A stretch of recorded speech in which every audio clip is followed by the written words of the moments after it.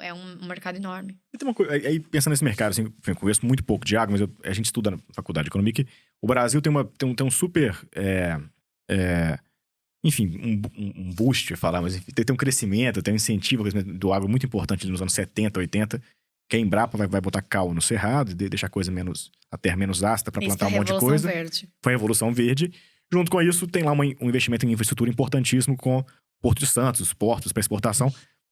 A parte de infra, enfim, parece que segue agora, volta a crescer nos últimos anos, não sei bem como é que tá isso, mas ao mesmo tempo, nos últimos anos, tem recorde atrás de recorde de produção de grãos no Brasil, e por aí vai, já desde 2000 e tal. Além do preço do troço, que incentiva a turma a plantar mais, tá tendo também uma porrada de ganho de produtividade no Brasil. Sim. E por quê? A tecnologia já entra no campo? O que tá dando esse ganho? Sim, foram ondas de revoluções tecnológicas. A primeira foi a Revolução Verde, né, que introduziu o plantio direto, que permite a gente aprender a adaptar a variedade da soja com a Embrapa, etc. Depois veio a biotecnologia, então basicamente os GMOs, né, aí, então novas variedades. Os geneticamente modificados. Exatamente, com muita força, que são super importantes, na minha opinião de vista, como ciência. Não só a Monsanto, todas as indústrias. Várias indústrias estão fazendo. Mas que é muito importante pra gente criar adaptabilidade. Então, quando surge uma nova doença, eu tenho uma genética que é mais forte. Agora, na minha cabeça, pau, no câmbio climático, não, nas mudanças climáticas, né? É super importante pra poder adaptar. Então, a genética foi uma onda. E aí, nos anos 2000, surgiu a agricultura de precisão. Então, ao surgir a agricultura de precisão, surgiu o GPS. Tá. Então, foi a primeira vez que a gente conseguiu identificar um ponto na lavoura. Então, você conseguia geolocalizar um ponto na lavoura. Tá. E aí, isso permite você tomar anotações e fazer análises localizadas. E aí, com isso, surgiu todas essas ferramentas de taxa variável. Então, eu vou mapear o solo, eu vou aplicar fertilidade à taxa variável. Eu vou aplicar semente à taxa variável. Só que essa última onda, quem usa, o impacto é muito grande, mas ela é uma tecnologia cara e que foi super frustrante a entrada dela no Brasil, especificamente. Porque não foi traduzida, veio de fora, sem suporte técnico, sem treinamento de como utilizar. Então, o produtor, na verdade, sofreu com a agricultura de precisão. Né? Hoje em dia, acho que até o ano passado, cerca de 15% das fazendas só usam agricultura de precisão. Mas os mega grupos, as grandes indústrias usam, né? E a AgroSmart é de precisão. Você tá nessa revolução aí, A agricultura digital, ela é um próximo passo da agricultura de precisão. Ela meio que aprendeu o que deu errado na agricultura de precisão. Tá. Ela traz o conceito de economia de precisão, de eu vou entender o que precisa e vou colocar, mais escalado, né? Aí toda a lei de Moore aí, né? Abaixo de custo de sensores, abaixo de custo de coleta de dados. Então, ela deixa de ser cara. Ela para de ser um tipo só de informação. Então, não é só sobre fertilidade, não é só sobre semente, é tudo. Desde o maquinário, solo, clima, a gestão, inclusive. Você ter dados de todos os lugares e de maneira muito mais barata. Porque eu acho que você fala do GPS 2020, né? Que a história do GPS 2000, é maravilhosa. 2000, desculpa. A história do GPS é incrível, né? Que era um negócio que era público, que era governo, que aí passa a ser privado. E aí começa a existir os modelos de negócio, que foi a revolução do Waze, a própria revolução do iPhone e tudo mais.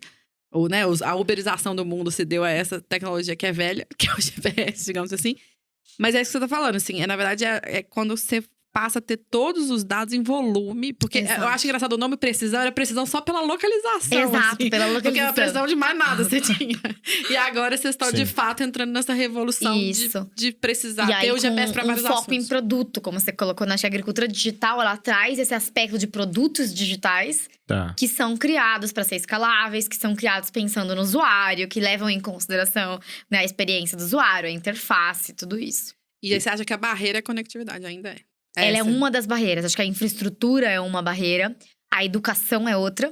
Isso que eu queria te perguntar. Agora, mudou muito, né? Esse último governo da ministra Tereza Cristina, eles trouxeram como pauta, até tem uma secretaria de inovação lá dentro, aumentar o uso das agtechs. Mas antes, o agrônomo formava 3 anos atrás sem saber disso.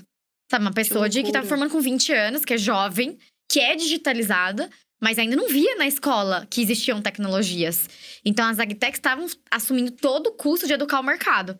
E aí, começou a conscientização da indústria, o envolvimento de política pública para começar a ter uma educação. Estamos muito longe ainda. A gente precisa educar em massa a digitalização. Para que serve, como é que usa, né? Porque senão não tem a mudança de comportamento efetiva. E, por último, financiamento. Ainda tem muito pouco crédito para a tecnologia. E o produtor precisa de crédito Porque para o- poder… Você tem crédito pra safra, pra caramba. Você tem Não crédito, pra caramba, Pra mas é, comprar tem. semente, exato. Pra Pra comprar semente você tem. insumos, mas pra tecnologia é muito pouco. Você tem pra comprar um trator, que também Sim. é tecnologia. E a semente também é tecnologia, tudo é tecnologia. Sim. Né? Mas as tecnologias digitais têm muito pouco acesso financeiro software, ainda. você O diz. software, o hardware, o drone, E o é que interessante, seja. que é um setor que no mundo inteiro… Chama o drone de trator e pega… chama de trator Chama de voante. trator Ah. voante. Trator que voa. O BNDES lançou uma linha do Finame no ano passado, que é o É. Finame 4.0, que ele é feito para a indústria 4.0. Porque isso não é só no agro. É todas as novas tecnologias digitais, o setor financeiro ainda não enxergou, né? Não encontrou uma sabe como maneira chamar de isso. como lidar com isso em todos os setores. Então, o BNDES lançou o Finame, mas o Finame é um processo burocrático. Sim. Né? Fazer isso chegar na mão do produtor é muito difícil. E é por isso que tá surgindo uma nova onda aí de ag-fintechs. Né? Das fintechs entrando no crédito. Tanto porque elas têm o conhecimento para avaliar melhor o produtor, quanto para poder financiar em si as próprias soluções que a gente tá Estão vendo no falando a mercado. mesma língua, estão acompanhando a inovação. Senão vai ficar naquela lógica antiga. Bancão, Exato, lógica exato. tainha, que loucura. E também, imagina até as lógicas todas vocês não sabem melhor que eu, mas… ser pensado em produção, em grãos, o tempo também é o tempo da lavoura, é o tempo… Essa é a dificuldade da nossa indústria. tudo Ela não é o muito lento. tempo todo. Ela é sazonal, ela é exposta a riscos. Né? Sim. Você pega agora, aí você tem uma quebra de safra com a geada e ferrou todo mundo. Ela é muito suscetível a essas inconsistências. Então, é uma indústria por si. Aliás, o seu ciclo de E- vendas depende disso também. Quer dizer, Também. que eu conheço produtor de café um pouquinho… Sei lá, tem lá uma região lá, aí um cara põe irrigação, o resto… gastou dinheiro todo.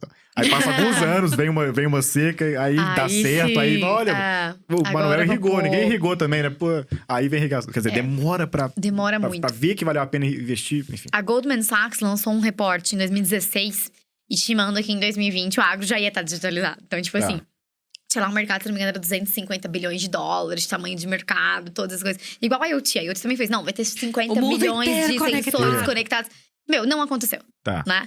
Aconteceu muito mais devagar, porque a gente ainda não tem internet, porque a gente ainda não tem educação, porque a gente ainda não tem financiamento. Então, essa curva de adoção, ela é muito devagar, só que ela é exponencial. Então, Sim. cada ano na que hora que passa, colar, você vai ser vê… uma loucura. Exatamente. Tem E uma a coisa- pandemia ajudou muito nessa mudança de mindset do produtor. Que, tipo assim, não teve muita opção. Ou você vai digital, ou você vai digital. Não tem pra onde Mas você ir. tem uma hipótese também, hipótese, tá? Aham. Chutamos que eu acho que é fácil de considerar, que é o seguinte, o cara…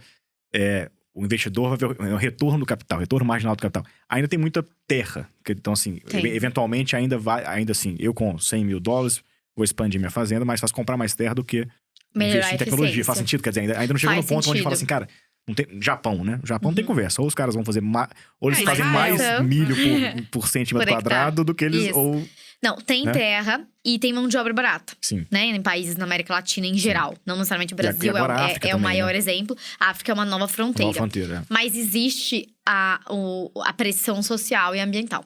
Tá. Então, existe esse porque fator. expandir terra é avançar contra Exato. É avançar, né? ecossistemas. Exato. Você não precisa desmatar mais, não precisa abrir mais área.